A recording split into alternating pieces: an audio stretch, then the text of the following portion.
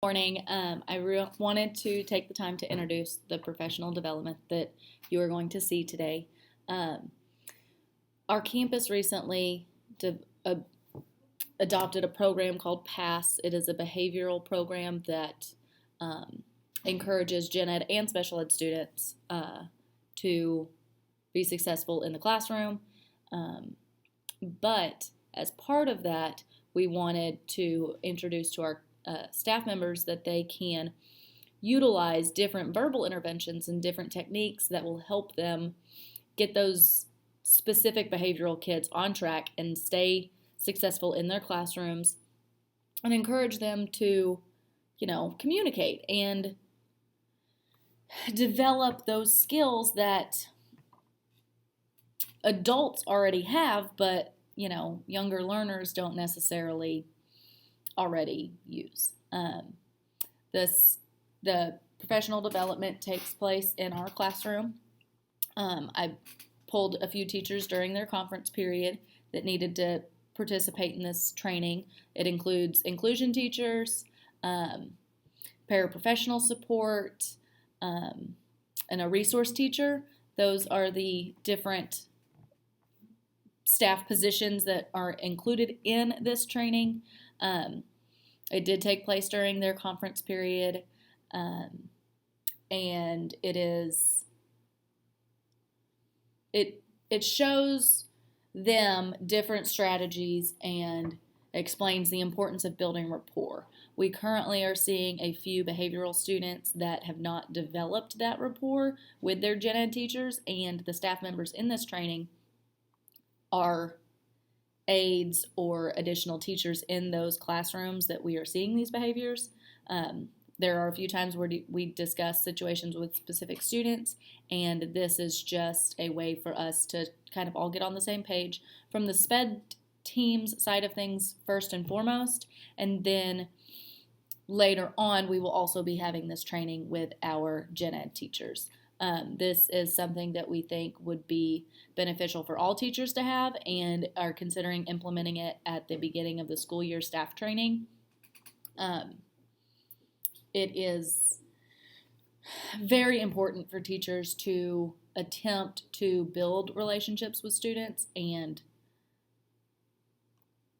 develop those positive, healthy environments and relationships if they want to be successful with these students. So the first step, we decided, myself going through this program and our team lead, we discussed what I could do, and we decided that verbal interventions would be a good starting point, and really pushing that with our special education staff who is already in classrooms to help support teachers, and then going to the broader spectrum of allowing the gen ed teachers to have this training as well, and kind of trial running with this group of staff members. So I hope you enjoy it. Okay, so today we are talking about verbal interventions, and I have to be by my computer to change the slides, but how it will impact the classroom setting and things that you can do to kind of avoid things from escalating or continuing to get worse. And our district currently uses something called CPI, which is a crisis prevention intervention program that is non-invasive, and it's easier on the kids, and it helps kind of ease in and out of behaviors instead of having those drastic blow-ups. But this is just a way for us to kind of explore ways that we can keep students from escalation and things like that. So to start, think about your morning. What things have happened to you in the morning coming to work that have completely changed the outcome of your day? Have you gotten a flat tire on your way to work? Have you spilled your coffee on your way to work? Did you forget to start your coffee and then you were running late because you had to wait for your coffee to brew? Because I'm the type of person that will have to completely start my day over if I didn't start my coffee. I have to make my coffee pot every single night and get it ready, so I just hit start in the morning. Otherwise, my day is completely off track. Do you get into a traffic jam? We have terrible traffic out here in front of the school. Those are things that can set your day off. So what types of things can set a kid's day off wrong? Like, did they oversleep? Did they not get a chance to eat breakfast that morning? Did mom and dad get into a fight before school that they overheard and now they're stressed out and don't know what's going on? What types of things, and you can share it if you want, have you experienced or know of that you've had students that started their day bad? Like, what could have happened?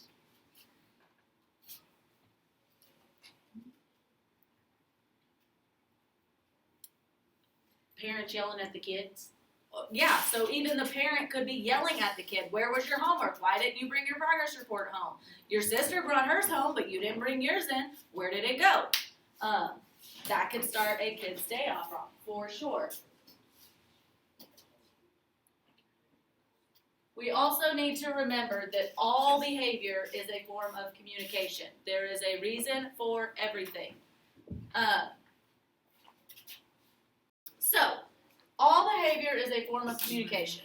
There is a reason for any and all behaviors. These are things that we have to think about going into situations. Kids do things for a reason. Sometimes the reason is absurd in our minds because that's not a rational reason to react that way, but for their brains, that is the rational reason, and that is why they are reacting that way or behaving in a certain way. Part of the CPI crisis development model that we currently implement on all of our campuses includes 4 different stages. There's a pattern that almost all behaviors follow. They start with anxiety or some type of buildup. They get defensive. There's the risk behavior, which is where you see your explosions, and tension reduction is when they're on their way back down. So for staff, there are 4 direct responses or approaches, attitudes that we can use to respond to these behaviors. So when a student is building with their anxiety, we need to be supportive. We need to facilitate that loving, caring mindset where, hey, I got your back, things are going to work out. When they start getting defensive, that's when we start to get a little bit more directive and say yes or no, these are your limits, these are the restrictions of what needs to happen. What do you need? No, you need to do your math. Okay. Do you remember the conversation we had earlier? Do your math. I even gave you a calculator. Things that we need to do when they are being defensive, we would get directive and respond with those firm limits. When they engage in risk behaviors, that is when we take safety interventions and things like that, keep them from entering an unsafe area or keep them from harming themselves or others. That's that type of range. And then when the student is coming back down from those types of escalations, we have therapeutic rapport, where we start to rebuild kind of the things that crumbled during those issues or those situations where things kind of got a little out of hand. We're mainly focusing today on our supportive and directive stages to kind of prevent getting into those risk behaviors. Ultimately, that's the goal anyway. So, we have to discuss different types of communication. There's verbal communication, paraverbal communication, and nonverbal communication. Most people know what verbal and nonverbal is. It's more common terminology, I would suppose. But paraverbal is also part of that as well. For verbal, that's what we say. Those are the exact things that come out of our mouths. I don't like you. We know what that means, okay? It can be written, it can be spoken, but that is typically your verbal communication. Things that are literal and come out of your mouth. Paraverbal, my picture is gone, I guess. Paraverbal communication refers to messages that we transmit through tone, pitch, and pacing of our voices. It is how we say, not what we say. So, when I say, your hair looks nice today, as opposed to, your hair looks nice today, they give a different impression on what we actually mean. If I say, Miss Cody, I really like your hair today. It looks super, super cute. As opposed to, I like your hair today. It looks super cute. You're going to interpret that differently because of how I put tone, pitch, and the pacing and the way I say the words. That is paraverbal. It is not necessarily the same thing as verbal.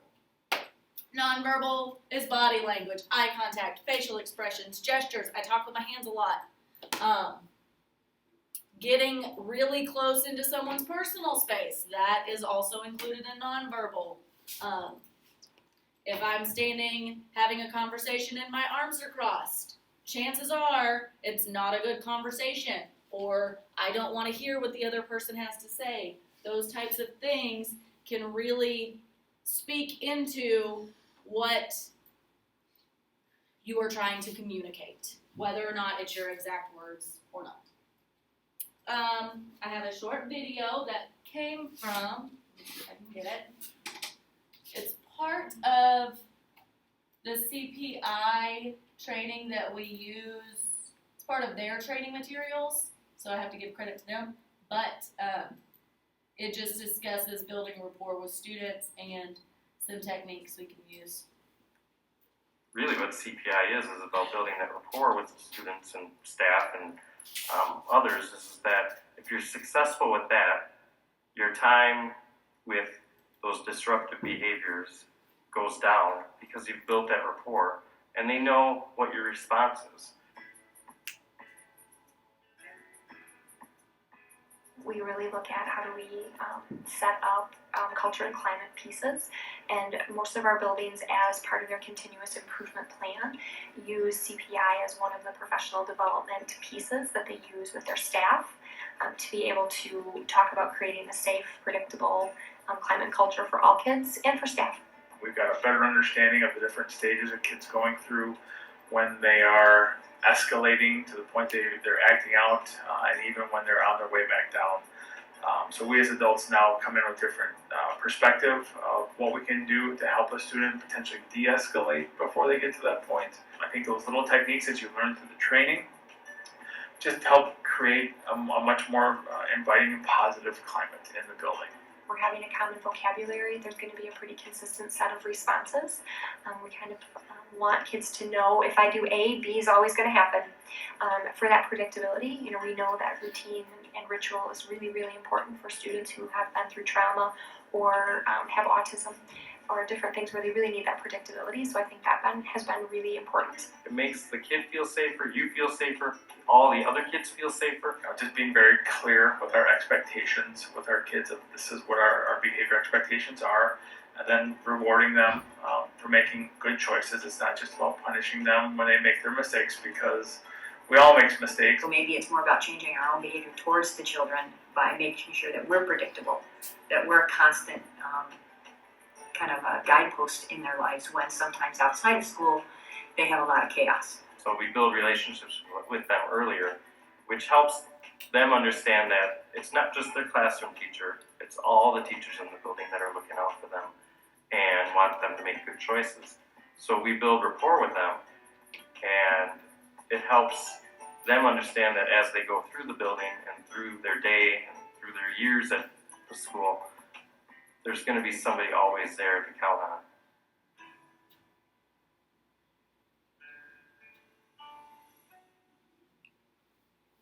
Okay, so one thing, let's get back to the PowerPoint.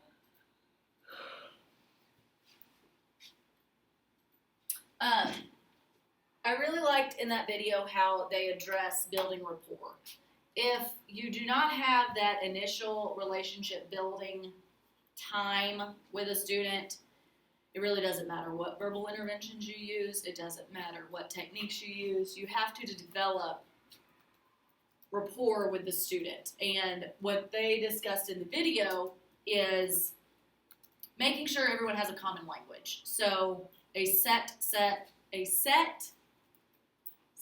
of expectations can help provide that consistency for kids, and it doesn't really leave room for argument. If we all know that a student can't use the restroom without an escort, then everybody knows that that student can't use the restroom without an escort. And you can avoid behaviors from happening if everyone is on the same page.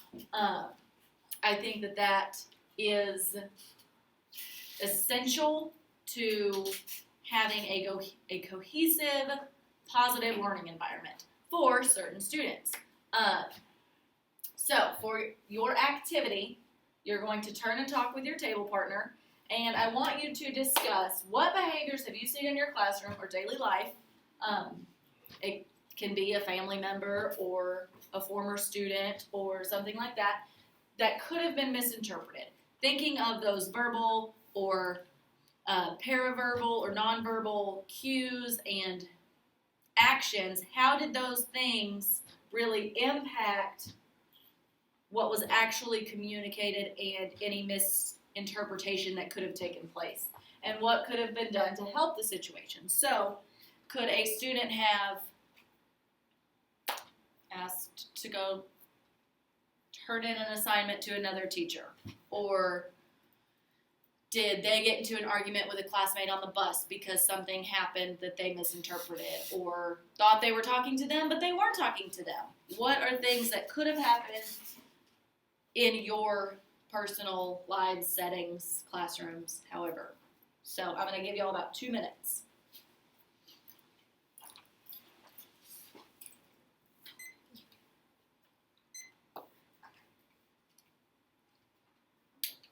Timer's not working.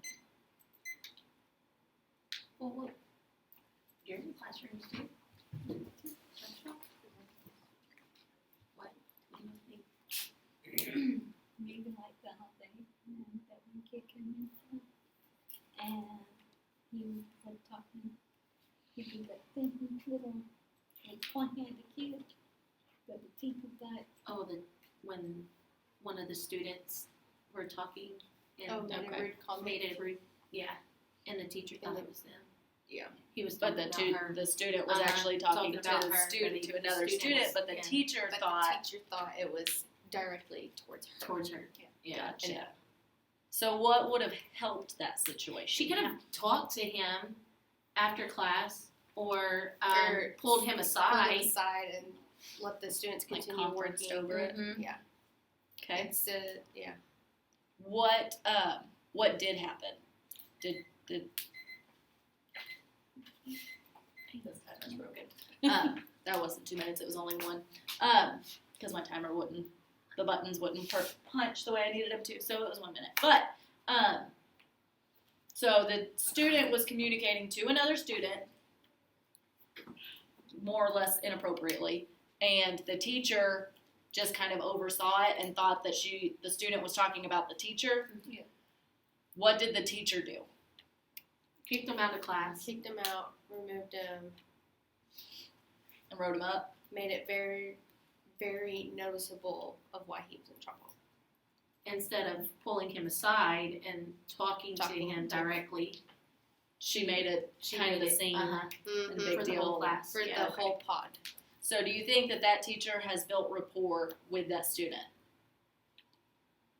Like that teacher has established a good, healthy relationship No, with no, that no. student? No. Not at all. Could at she, or he, could the teacher, I guess, what could the teacher do to improve their relationship with the student?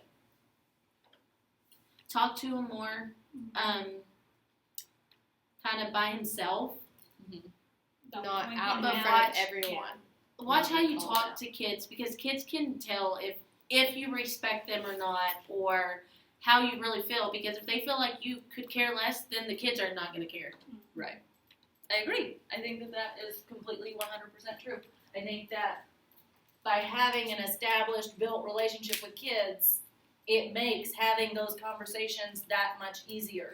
And you can address things and handle situations in a verbal manner instead of letting them escalate or having a student elope from campus or their classroom or throw a desk or anything like that. You can, if you've established that relationship and you can communicate with that student on an individual basis, then those types of things can be avoided. Okay, so communication considerations, things to think about when talking to any and all students. What is their cultural background? What is their cognitive functioning? That's a big one because you may have a 5th grader that is cognitively and academically working on like a 2nd grade level. So the way you talk to them is not going to be the same as you would your typical gen ed student. Their age, their gender identity, those are different things that we need to consider. You may not talk to a Hispanic male the same way you would talk to a Caucasian little girl. They more than likely have grown up differently. They do not necessarily hold the same values within their household and within their culture, and so those are types of things that you need to consider when approaching any of these types of situations where you would be providing verbal interventions. Same thing with posture and gesture. Like, I talk a lot with my hands. That's just what I do. But that might scare a kid because they might have had a conversation with a family member, and when they use hands when they're talking, it's because their hands are getting put on them. And so if I'm very animated with my hand gestures and the way I'm talking to somebody, the way I interpret that behavior and those actions is not necessarily how that student is going to receive those actions and those behaviors. Does that make sense? Okay, we have different zones of personal space. There is a social zone. That is when you are standing, I would say 7 feet-ish, 7 to 9 feet away from the person, where you can kind of just talk in passing. It's about the same as social distancing. You can't touch each other if your hands are reaching out. That is one level that you could be in. There's also the personal zone where you get a little closer, where you would be having a one-on-one private conversation with a student in a hallway, possibly. This would be your zone. You're not going to be standing 10 feet away from the kid if you're having a independent conversation with them about a behavior. You would probably move into the personal zone, which is probably arm's length away, a little further. You don't want to get too close, personal space, right? And then there's the intimate zone, which is like friends and family. And I don't know if you noticed, but your little images here, Mr. Man is now defensive. He's leaning back, his arms are crossed because this person has moved too close. Your intimate zone is where you need to be when you are at home with your mama or your kids or whatever. But in a situation where you are trying to establish a rapport and verbal interventions being utilized with a student, you're probably not going to get into this intimate zone unless the student gets into your intimate zone, and then that's a different conversation. But I would recommend personal zone, that arm's length, like, hey, I'm talking to you and only you, I'm not talking to the entire class. That would be a good place for these things to take place instead of the intimate zone.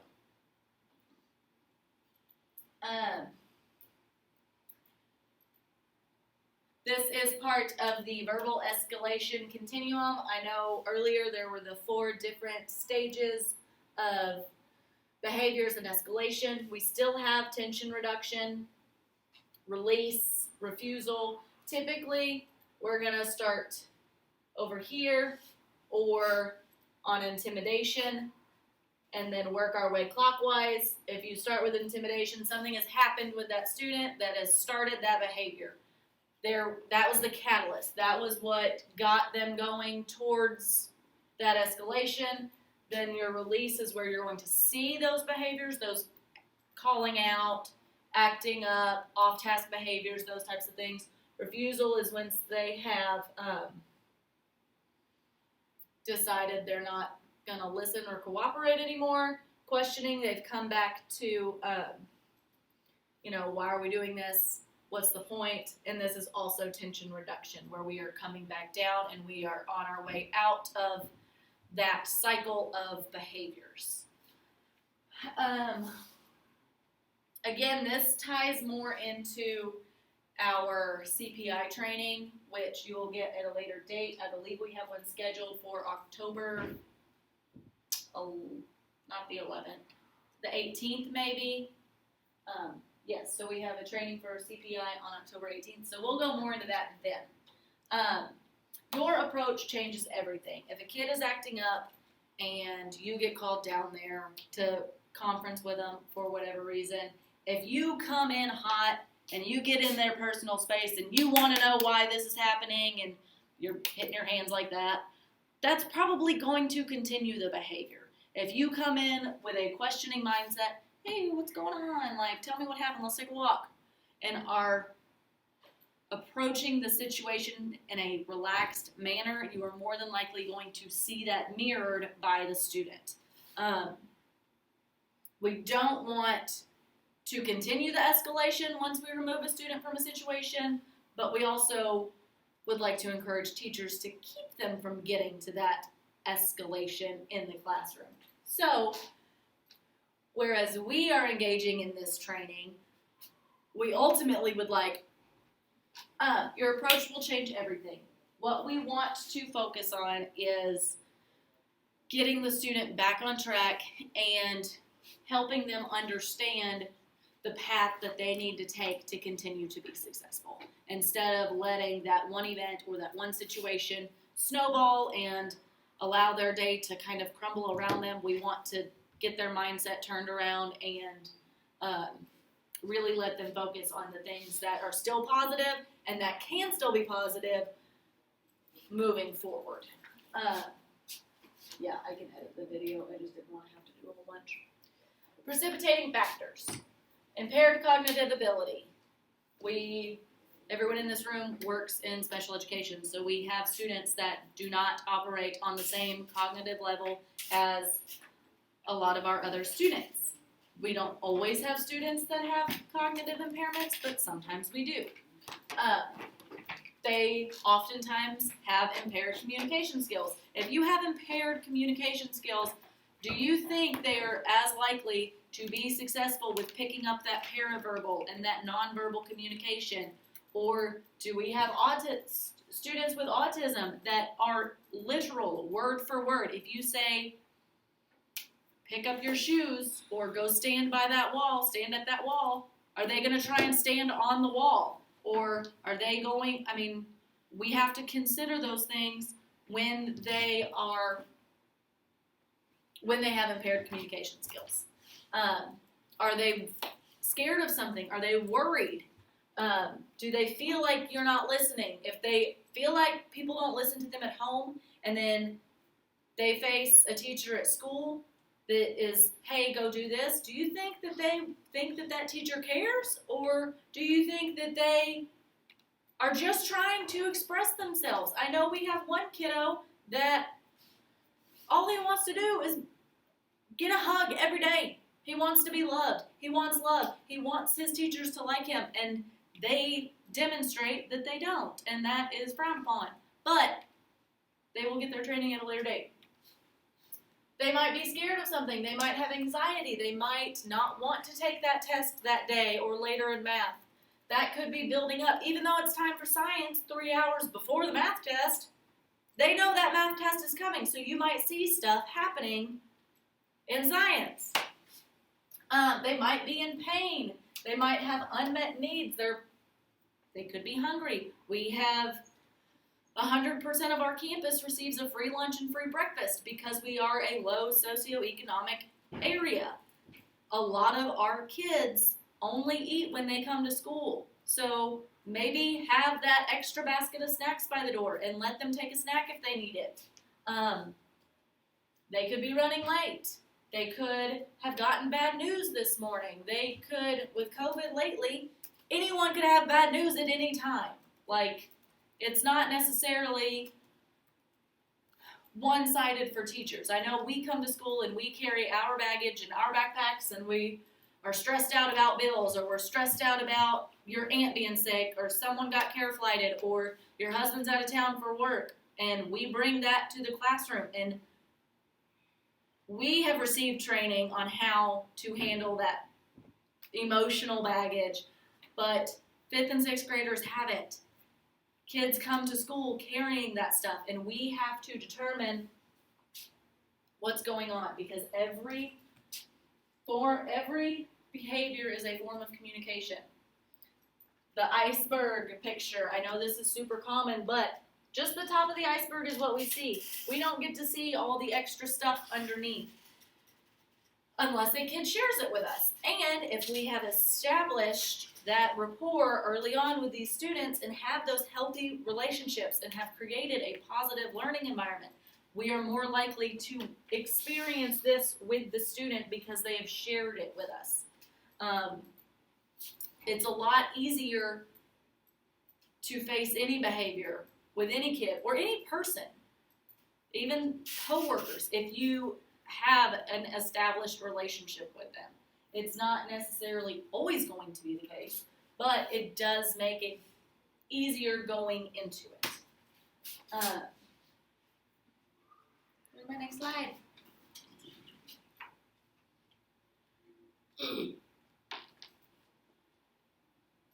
Oh good, my pictures didn't show up. Well, if you can pretend, they're on that board right there. There's 2 pictures, things I can control and things I cannot control. I like to tell my kids this just because I think it's something to keep in mind. Anytime I have dealt with a behavioral situation because someone else did this, that's why I did that. Well, you can only control your behavior, your choices, how you treat other people, what you are thinking about. Yes, bad thoughts can pop into your head, but you can tell yourself, get out of there, thought. I don't want that right now. I'm going to think positive. You can control your attitude. You can control your reaction of things. You can control your voice, your hands, your body. You are in control of you. What you cannot control is other people's behavior, other people's thoughts, other people's actions. What else is on there? Their feelings. You can't control the weather. You can't control the bell schedule at school. You can't control what the cafeteria is making for lunch. Those are things you cannot control. The way you approach a situation, the way you handle a situation, the way you internalize the situation, you can control.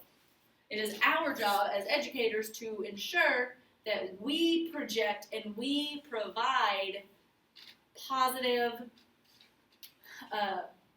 communication, positive interventions, and help keep kids from getting there.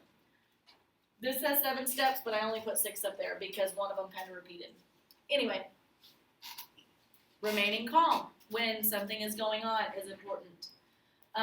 Removing the audience. Sometimes just having that student step out into the hallway and have that conversation one-on-one instead of independently at their desk.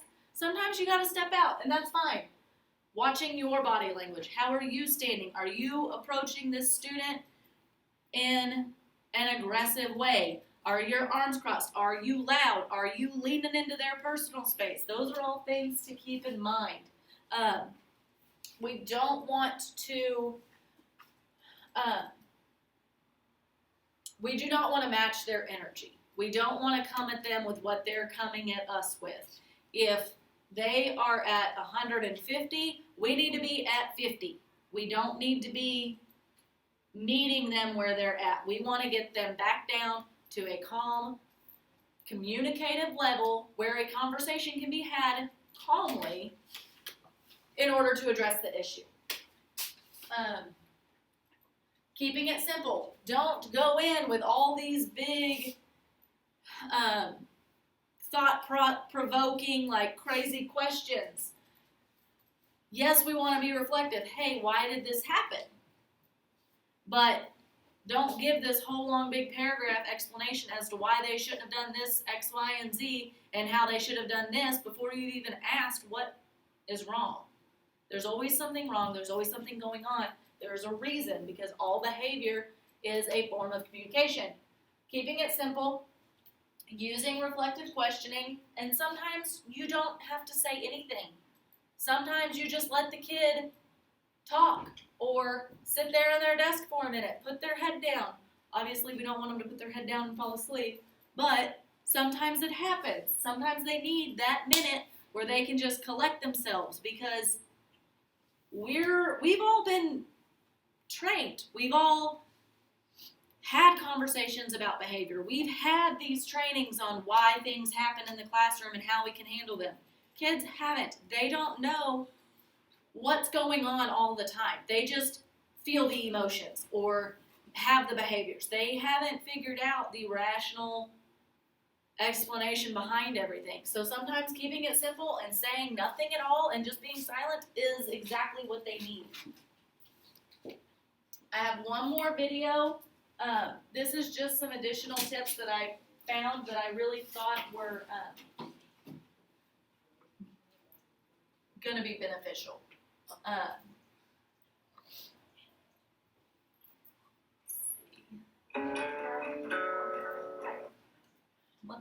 Good grammar and That's not spelling it. are important, but if you want to write essays that inspire,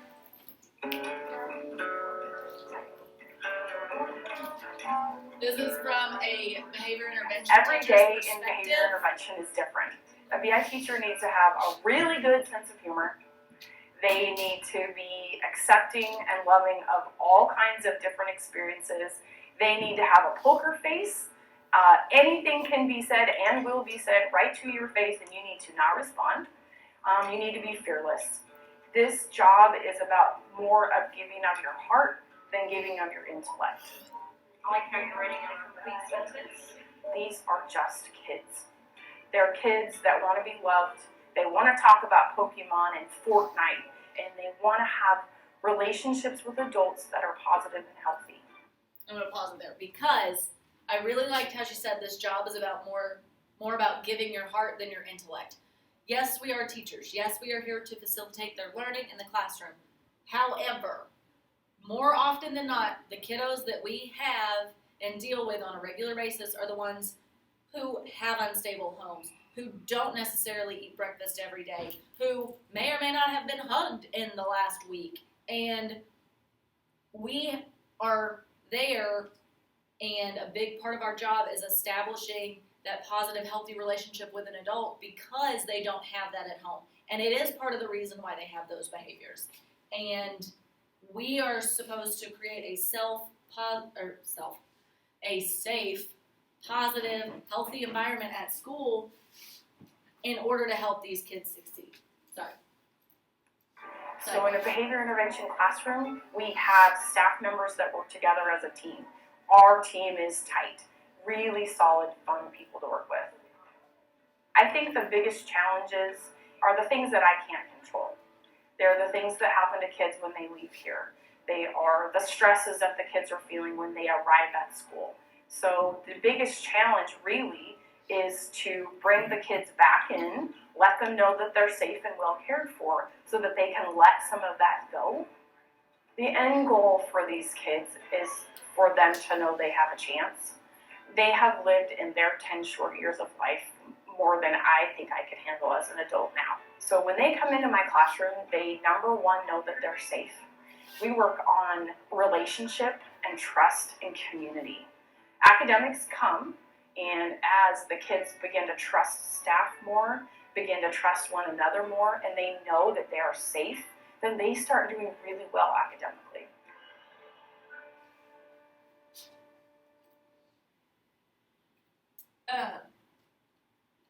I agree with almost every single thing that was said in that video because we deal with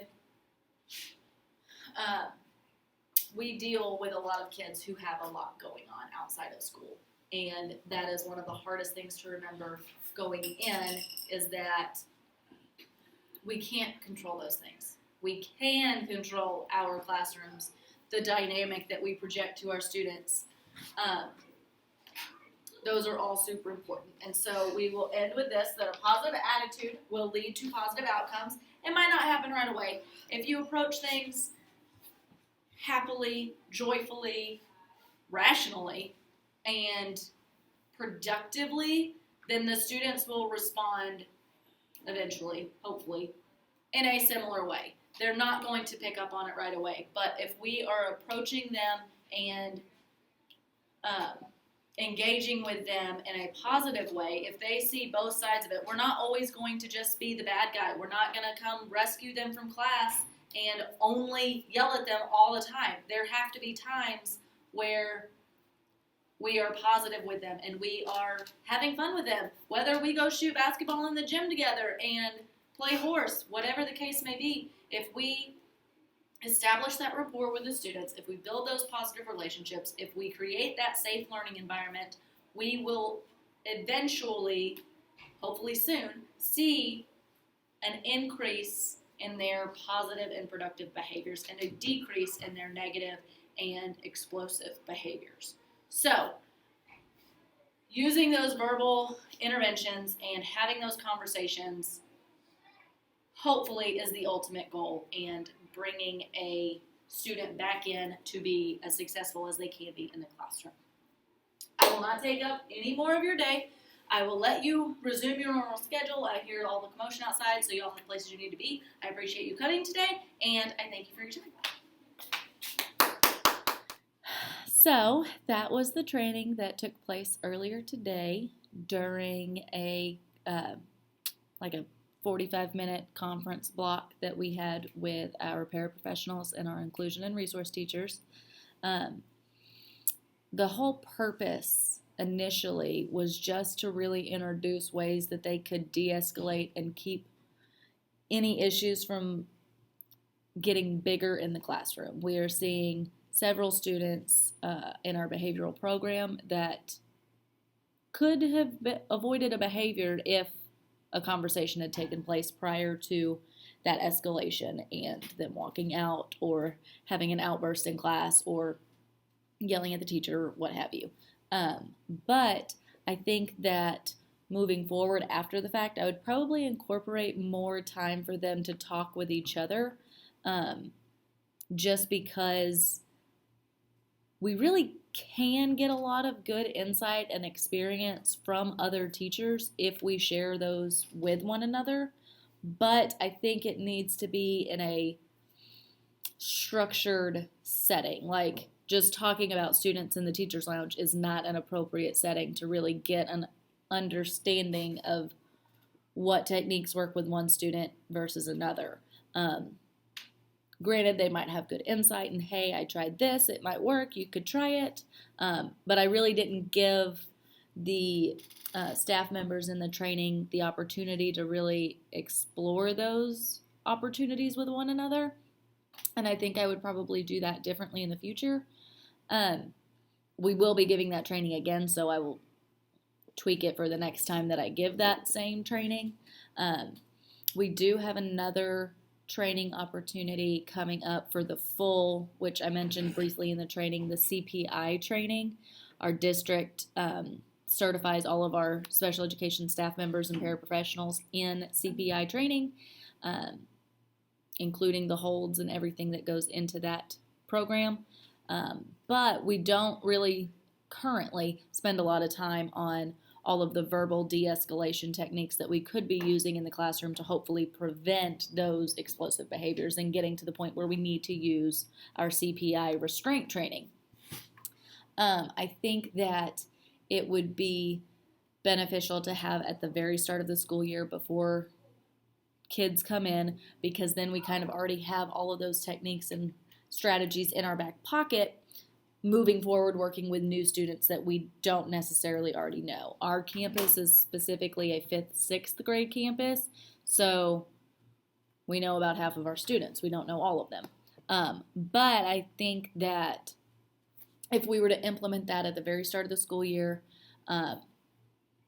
and teach it more on like a whole campus scale, that would be a good idea, just because not all of our staff members receive the CPI full 8-hour full day training that all of our special education staff do. But we still have behavioral students in general education, so it would be helpful for them.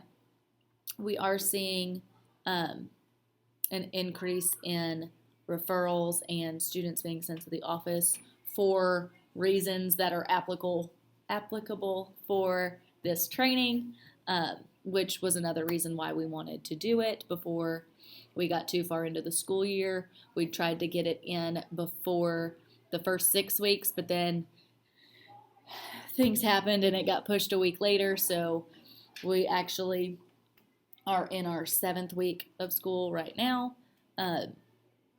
But yes, I think that there are some things that I would do differently in the training, and I think that really allowing teachers time to share and explore things that they had experienced in their classrooms in different settings would definitely be beneficial for their coworkers and their fellow staff members to kind of get some experience from. But every student's different, so I think that trying different things and really getting to know your kids and building that rapport will help you know what you need to do moving forward with those kids. I hope you enjoyed it. Thank you.